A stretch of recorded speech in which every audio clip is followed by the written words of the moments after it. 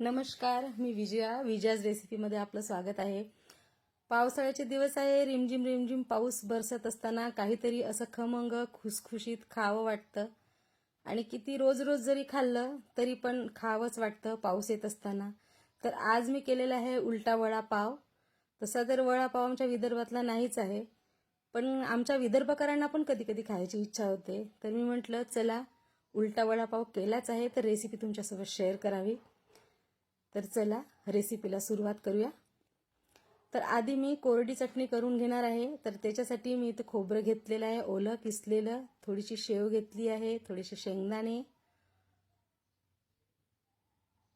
लसूणच्या पाकळ्या, लसणाची चटणी आहे तर लसण थोडं भरपूर घ्यायचं आणि तिखट घेतलंय आणि चवीप्रमाणे मीठ। तिखट थोडं फिक्कच घ्यायचं आणि मिक्सरवर फिरवून घेतलं।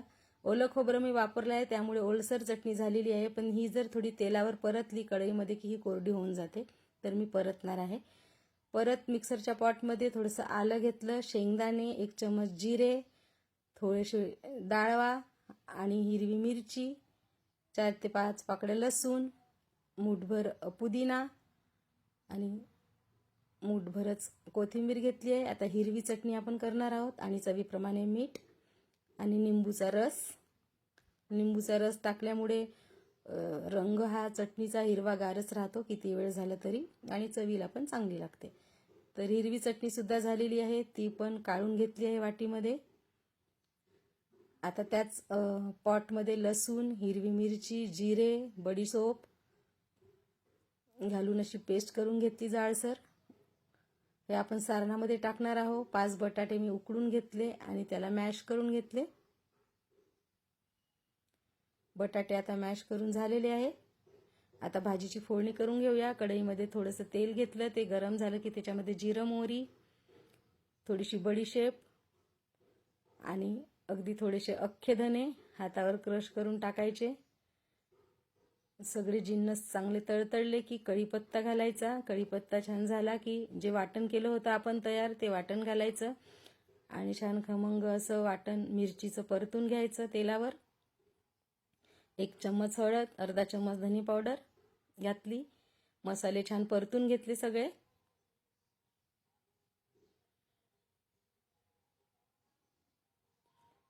थोडासा मॅगी मसाला टाकला मी, पण ऑप्शनल आहे, जर तुम्हाला त्याची चव नसेल आवडत तर नाही टाकलं तरी चालेल, पण मी टाकलेला आहे।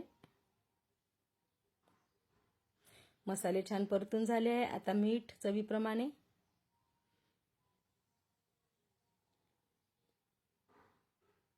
मॅश केलेला बटाटा घालून घेऊया।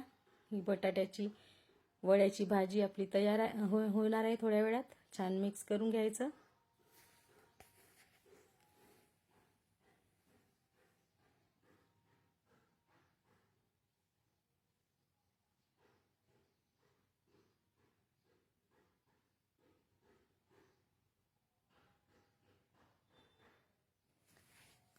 संपूर्ण मसाले लागले पाहिजे पूर्ण भाजीला। भाजी आता झालेली आहे, एक वाफ येऊ दिली की भाजी झालेली आहे।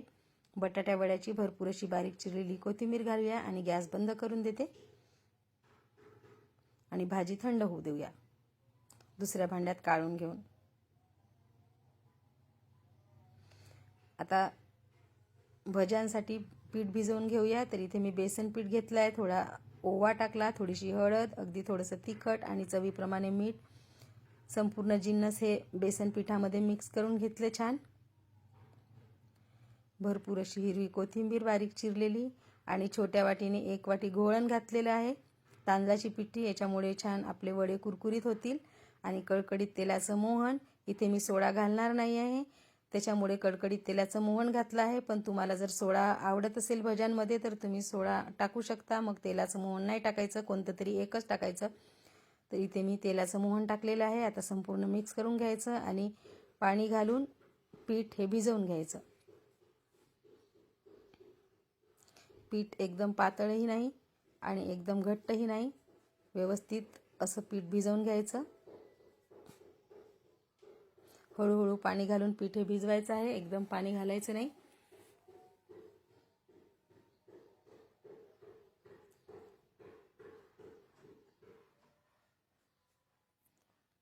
पीठ छान फेटून घ्यायचं. छान जितकं चांगलं पीठ फेटलं गेलं तेवढे चांगले आपले वडे हे स्पॉन्जी होणार आहेत.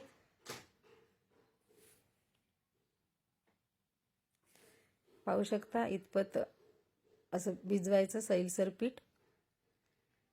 पीठ हे तयार झालेलं आहे भिजवून. आता पाव घेऊया. फ्रेश छान पाव घ्यायचे. शिळे पाव नाही वापरायचे इथे, छान फ्रेश पाव वापरायचे. पाव मी हे सुटे करून घेते. आता इथे मी 4 पावचे वडे तुम्हाला करून दाखवणार आहे. तर पाव चाकूनी मधात कट करून घ्यायचं अशा प्रकारे. आता याच्यावर ही लाल चटणी ही मी थोडी कढईत टाकून परतली तर पाहू शकता कोरडी झालेली आहे. अशी कोरडी चटणी पाहिजे आहे आपल्याला. एका साईडनी ही लाल चटणी लसूणची टाकून घ्यायची आणि एका बाजूला हिरवी चटणी लावून घ्यायची. हिरवी चटणी एवढीच घट्ट ठेवायची, एकदम पातळ नाही करायची. दोन्ही साईडला 2 प्रकारच्या चटण्या ह्या लावून झालेल्या आहे. आता जे सारण घेतलं त्याचा बटाट्याच्या भाजीचा असा गोळा करून घ्यायचा आणि तो पाववर ठेवायचा आणि अशा प्रकारे पाव बंद करायचं. अशाच प्रकारे दुसरा पाव पण मी तयार करून घेणार आहे.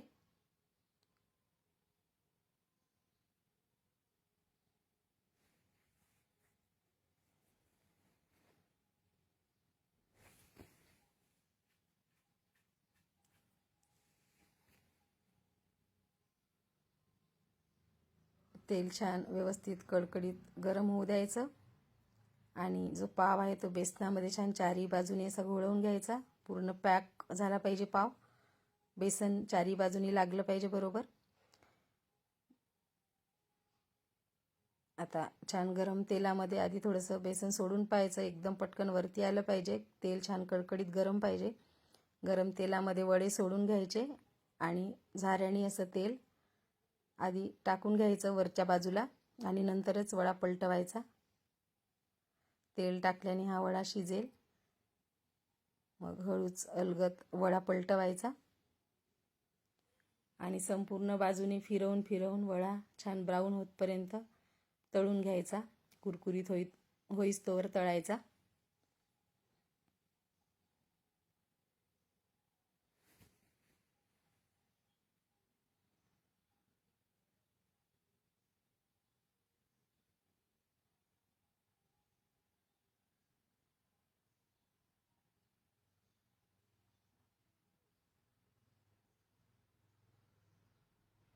मंद एकदम कमी जाळ नाही आणि एकदम मोठाही जाळ नाही, मीडियम आचेवर हा छान खमंग खुसखुशीत असा वडा तळून घ्यायचा. वडे आपले तयार झालेले आहे.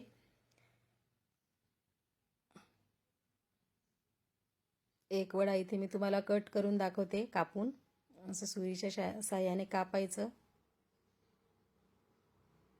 पाहू शकता हिरवी चटणी, लाल चटणी आणि भाजीचं सारण किती छान दिसायला सुद्धा खूप छान दिसतो आहे. तेवढाच चवीला पण खूप छान लागतो. पाऊस येताना गरमागरम उलटा वडापाव म्हणजे एक मेजवानीच.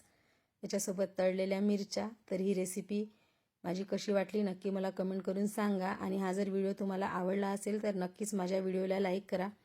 आणि जर तुम्ही नवीन असाल माझ्या चॅनलवर आणि पहिल्यांदाच हा व्हिडिओ पाहत असाल तर माझ्या यूट्यूब पेजला सबस्क्राईब करा, फेसबुक पेजला फॉलो करा आणि माझा व्हिडिओ इतरांसोबत शेअर करा. पुन्हा भेटू अशाच एका नवीन व्हिडिओसोबत. Bye bye. मस्त खा आणि स्वस्त रहा.